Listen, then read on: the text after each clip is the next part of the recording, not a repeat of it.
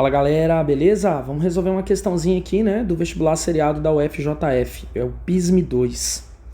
Em um laboratório de demonstrações científicas da UFJF, estudantes verificaram a pressão de um gás ideal quando ele se encontrava a 300 Kelvin de temperatura, obtendo o valor PI.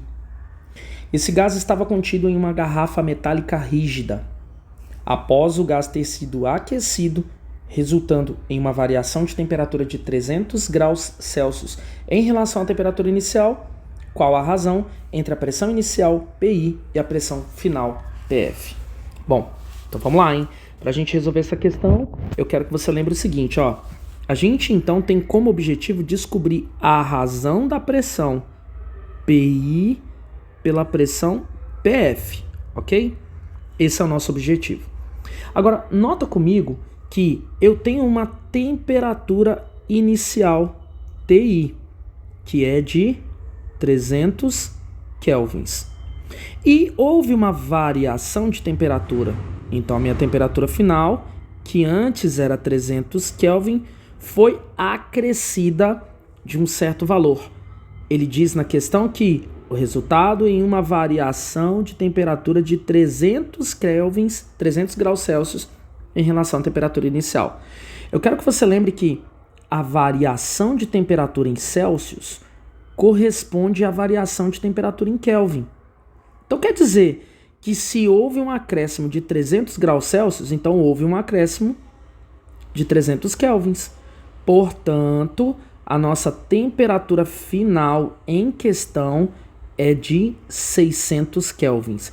Você notou junto comigo que a temperatura, então, dobrou? Eu fiquei multiplicando ela por 2, certo? Bom, agora se você lembrar das estruturas que a gente, né, fala sobre, por exemplo, as transformações gasosas, tem uma transformação que é especial, que é a transformação isovolumétrica, que é aquela que fala que o volume final e o volume inicial são iguais. Isso acontece toda vez que o volume do gás não muda. E o volume do gás é igual ao volume do recipiente onde ele está contido. Então, se a questão fala que ele estava contido em uma garrafa metálica rígida, significa que o volume da garrafa não varia, automaticamente o volume do gás contido na garrafa não varia. Então, quer dizer que nós estamos diante de uma transformação isocórica, isométrica, isovolumétrica, que é aquela onde o volume não varia.